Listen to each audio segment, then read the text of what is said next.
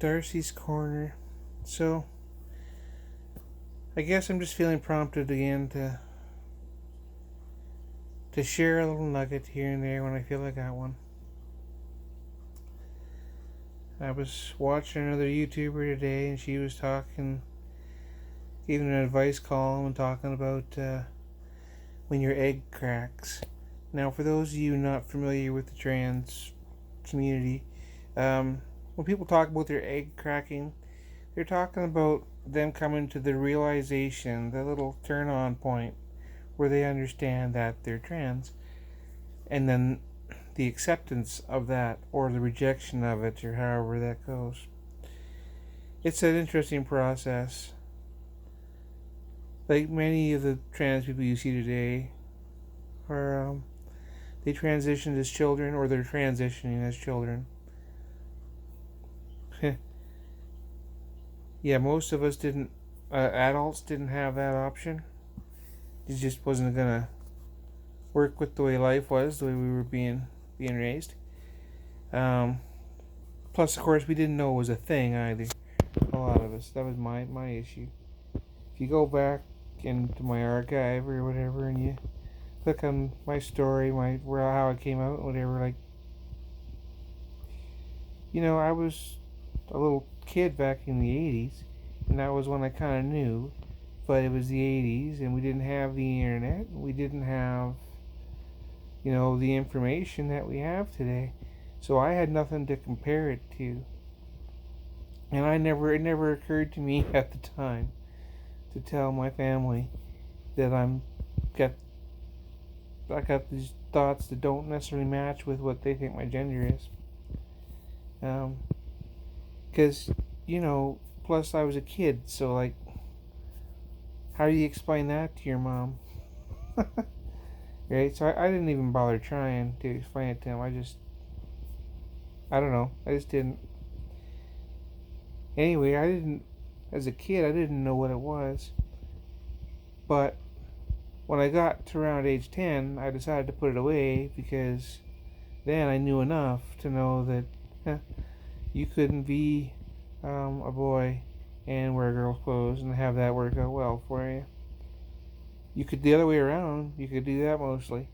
But yeah, you just couldn't. You had to pick one.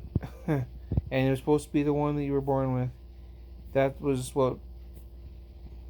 the option that I thought that I had. So that's what I did. I picked the one I was born with, thinking that would be fine. But, like, my egg cracking moment, I was 30. Okay? And because the thoughts never left from 10 to 30. They stayed there the whole time. But, I would ignore them, or I would wonder about them, or I'd just think about them. Like, I wouldn't actively do anything about it. I'd just daydream about, cross-dressing or whatever. Or not even cross-dressing, but, like, dressing. Right? I didn't think of it as cross-dressing. I'm just gonna go wear that dress and be her, and no one will know. That was what I thought. But I didn't know why I had that thought, or what that meant. And so, I had life, so I just carried on. And so when I'm 30 and I'm having these thoughts, and now we have the internet and all this other stuff, I'm figuring out what the heck this stuff's starting to mean now. That was my egg cracking moment. That was the moment when the light turned on for me. Oh. And something I've said before, and, it bears repeating, because whatever this causes this condition is, it comes and it goes. I don't understand it, but I know that it does. And sometimes when it goes, it's gone, like, for years or months, it seems, to my opinion. Like, to my view, rather. Like, I'm happy being whatever, but this is a bit of a crazy ramble. I might try and refilm it, but probably not. What I'm saying is that when my feminine side shows up and is here, like right now, I'm kind of at the point now where I just feel like Darci all the time. And I love my body. I love my hair. My face has a long way to go. The 5 o'clock shadow is very annoying. There's only so many times a day you can shave, though. Although, admittedly, I haven't shaved in the last 12 hours, but what a pain. Anyway, I got ways to go yet, but still, I'm looking down on myself, and I'm feeling very comfortable in my body. I kind of love me the way I am, facial hair aside. So, and I think even the voice is getting better. I mean, it's not great, but it's better. I'm kind of happy with where I'm at. Like, I'm happy that things are moving forward and I'm going in the right direction. But yeah, egg cracking was the original topic of this, so wasn't it? And so yeah, my egg cracked when I was 30, but I assessed life at that time and I said it's just going to be too hard. I don't even know if this is real because it comes and it goes. Right? Yeah, that's where the circular logic is coming back from. This thing comes and it goes. Well, because it comes and it goes, I did not know if it was real. Before 30, I thought about looking it up, but I thought, this thing, it's there, and then it's gone. And I have no idea where it is, or where it went, or why I ever thought putting on that clothing would be a good idea. Like, that's the stupidest thing I ever heard. Why would I do that? That's dumb. That's when it goes. When it's there, I'm like, of course I want to do that. That makes perfect sense. Why wouldn't I go do that? That's why this thing is confusing. It's not consistent. But anyway, so back before I was 30, I had the thoughts, but they come and they go, and I just wouldn't really invest any time in figuring out what it meant.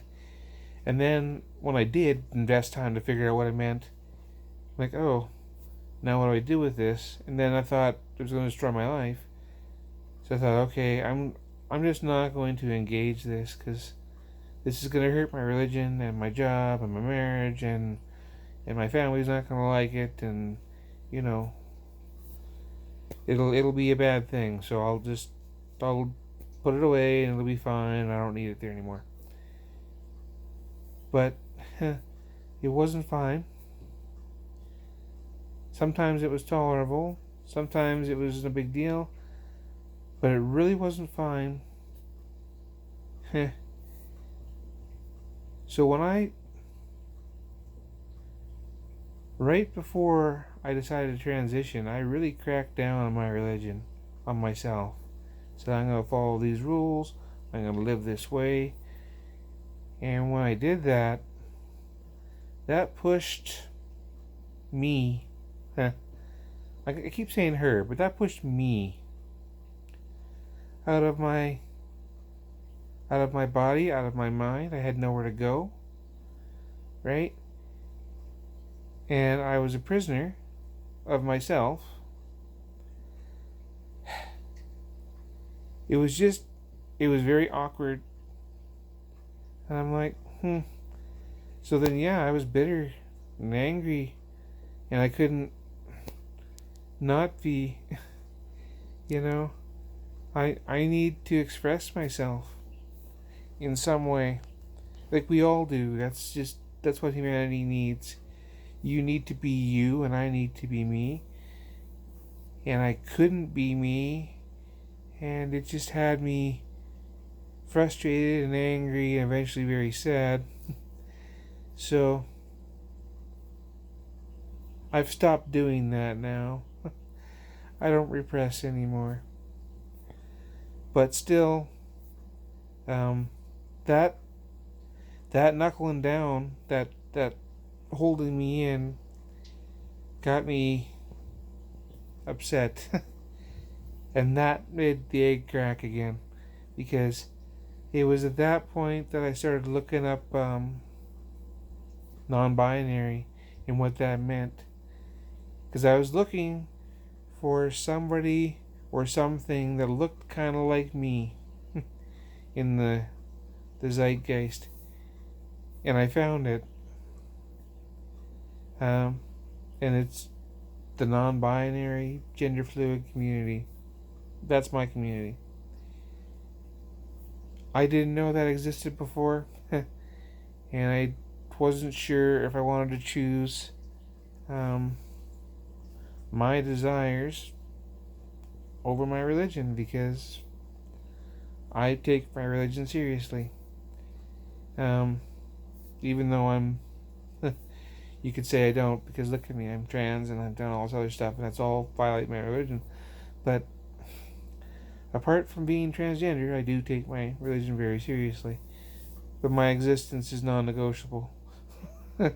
I'm here. I exist. God knows that you're just going to have to get over it. Sorry. But anyway, that was my second egg cracking moment. Was when I was like, no, this is who I am. I am this person, and I'm not ashamed to be this person. Sure, I got character flaws like everybody else, and there's lots of room for improvement in my life. But I don't dislike Darci. I think that I'm a fine girl. I do need some help with the facial thing, but these things come in time. Anyway, so Darci's Corner. My egg gets cracked twice. The first time I was 30, the second time I was almost 40. What a ride.